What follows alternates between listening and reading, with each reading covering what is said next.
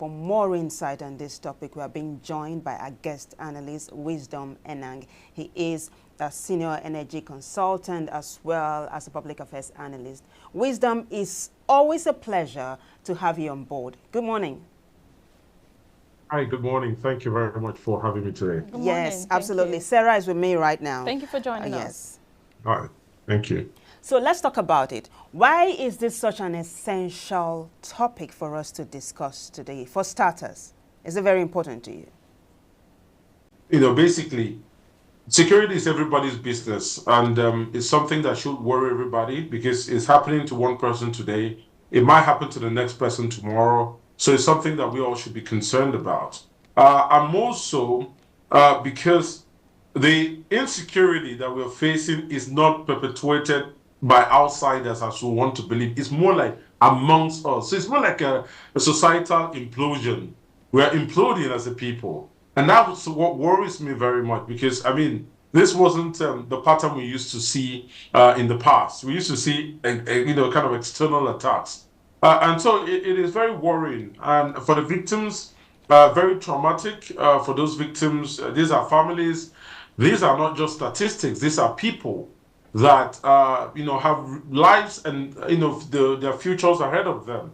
So it's really disturbing for me as a person. And I think the government, and we all need to do a lot. And I tell you what, this pattern may be starting, say, from the north aspect of the country, but it is over time.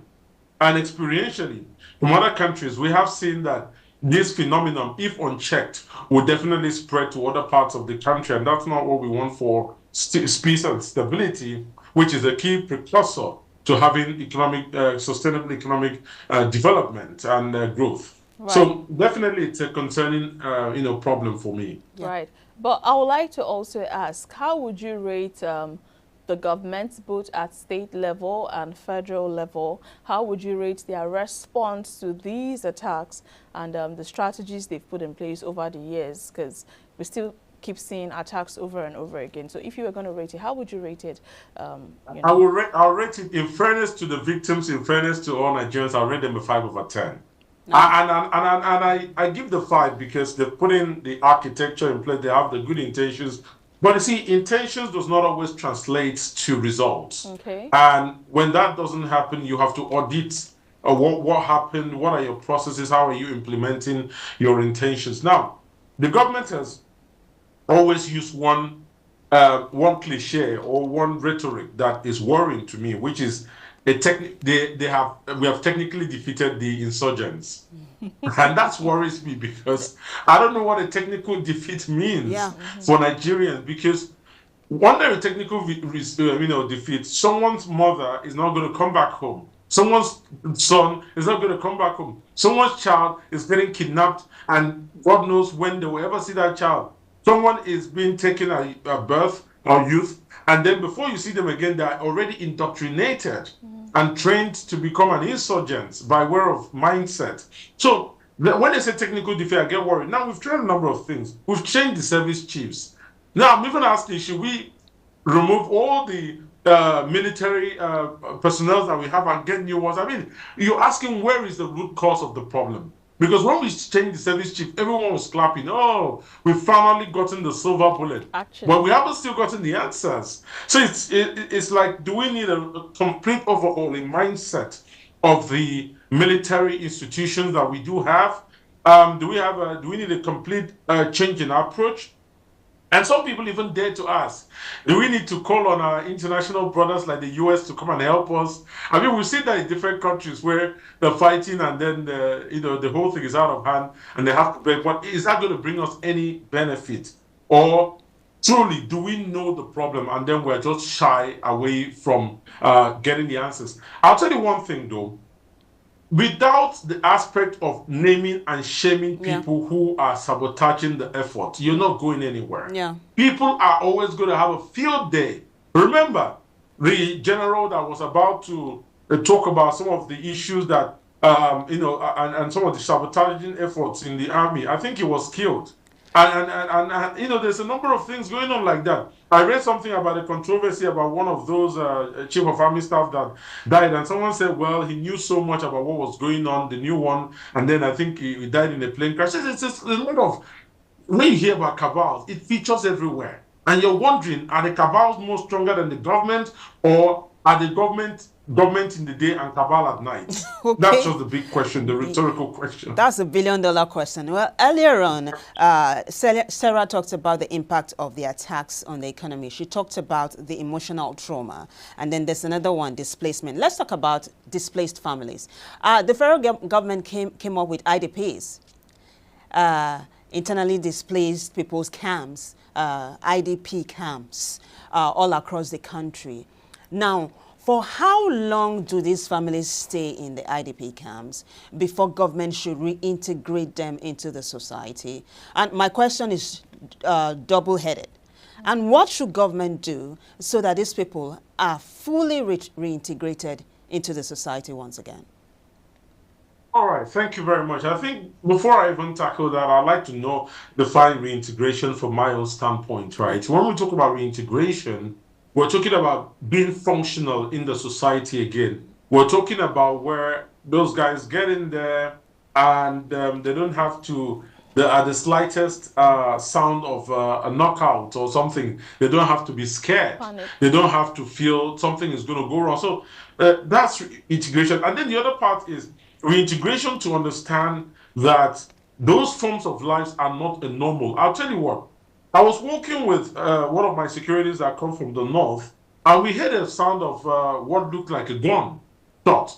And he laughed and said, oh guy, you're afraid of that? That's normal for us. Like, is it normal? These are things that should not be normal, because once you're at the acceptance stage that it is normal, you're bound to even give some sort of coverage to the perpetrators of this crime. You won't report it because you feel it is normal. There's nothing to report there. So these people should be thought about. This is not the way of life. If you see something, say something. How, and then of course reintegrate them into, train them up and reintegrate them to have an economic, kind of hand. Because the first thing that these insurgents do or criminals do is to, change their mindset and make them feel, look, we are part of you. We are fighting for you. Don't report us. Don't tell anybody. What we're doing is for your own good. We are fighting so that they look after us. Once they break this mindset, that is when they go ahead and perpetrate the crime. So you have to take everything in reverse to say, what am I going to do differently and how am I going to get these people out? And that's an integration. I think it all starts with having a very intentional plan. The IDP should not be an eternal thing. It should be a place where you rehabilitate those people back. Whether it is their traumatic experience that you're trying to get it out of them so that they become a bit more functional, whether you will need to get them into skills, whether you need to get them to even be your informants, whatever you want to do, those reforms should happen there. It should be an intentional reform. All hands on deck. The government, the non-government organization should not just be a place where you put people forever. I mean, I'd say a year is fair enough for you to transit, because ultimately that place is getting full. So as much as you can, you get people out in phases, and then they can go on and function in their rural society. I think that's essentially where I'll be taking this. I don't believe that we should IDPs are meant to be a place where you just hit people up, because the moment you put people up and the conditions become unlivable, you're almost giving credence to what the terrorists or the insurgents are telling them, that, look, this government doesn't care. We're the ones that care. We're the ones that are fighting for you. And that's the same rhetoric that gives the Taliban out there in other countries the stronghold that they have. They keep proving that they're the ones that care, and the government doesn't care. So we should be very intentional about care. It shouldn't be a passive care of just getting to the IDP and that's it, and then we don't even know when they're supposed to come out and what the IDP is doing. And let me tell you what, I hate to say something, right?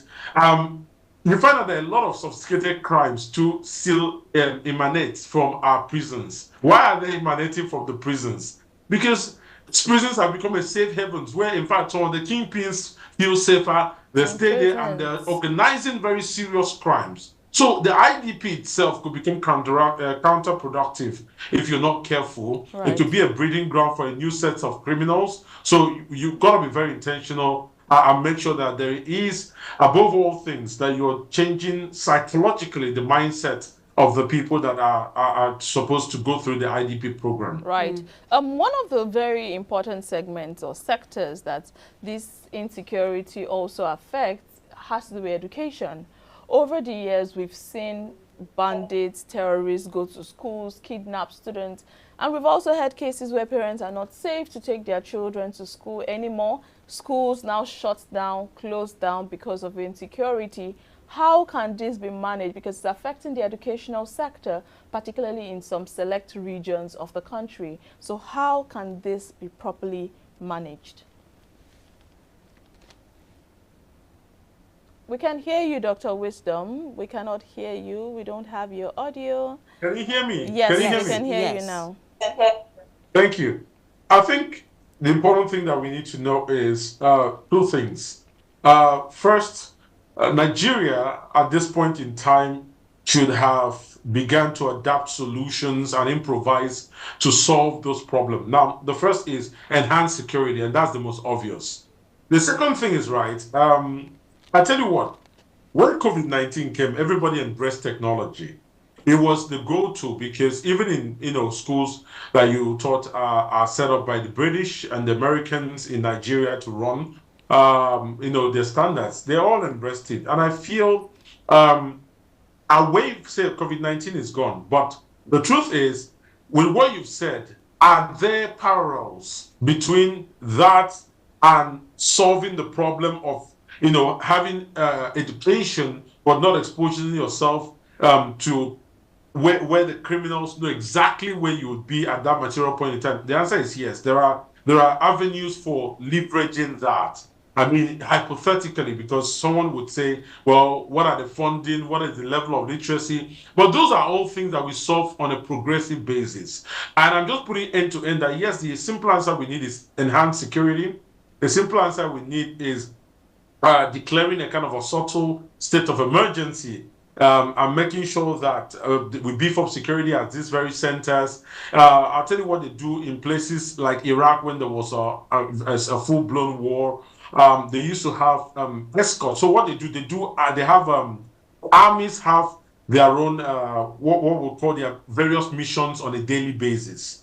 And some of their missions could be escorting students to school and then escorting them back to their centers, their community centers. Those are some of the things that we used to see happen. So the armies are not just in the forest shooting and fighting, and God knows whether they're shooting at the trees or shooting at humans. The insurgents. But what we do see is there are specific missions, and you say, okay, this battalion is responsible for guiding this community school, and if there's a school bus, that they're responsible for taking those students there. So there are a number of things that we need to do, but what I struggle with in the Nigerian context is just that our solutions are not adaptive. We almost take very static solutions here and there. We use it, it becomes like a buzzword almost, but we don't adapt it to say what is the peculiarity of our situation in Nigeria. What are we facing? How can we use it? I've talked about how we can enhance security to solve our problem. I've also talked about how we can use technology to solve our problem.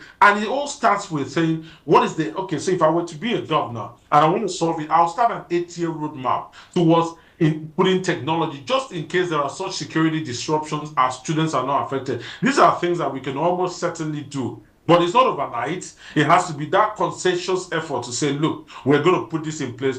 I like to say people should begin to ask themselves in leadership, what if this happens, this is what we're going to do. Else, if this happens, this is what we're going to do. That logic must apply for everything you do. You can't just sit down and say, well, it's not a problem now, so let's not worry about it. The US and the UK are progressive, just as an example, because they plan 10, 15 years in front. They don't just plan for today. And that's something that our leaders need to do, even as it relates to security. Right, absolutely. Thank you so much, Dr. Wisdom Enang, for sharing these thoughts with us. It's been a delight. Thank you so much for joining us this morning. Thank you very much, and do enjoy your morning today. And you too. Enjoy the rest of your day.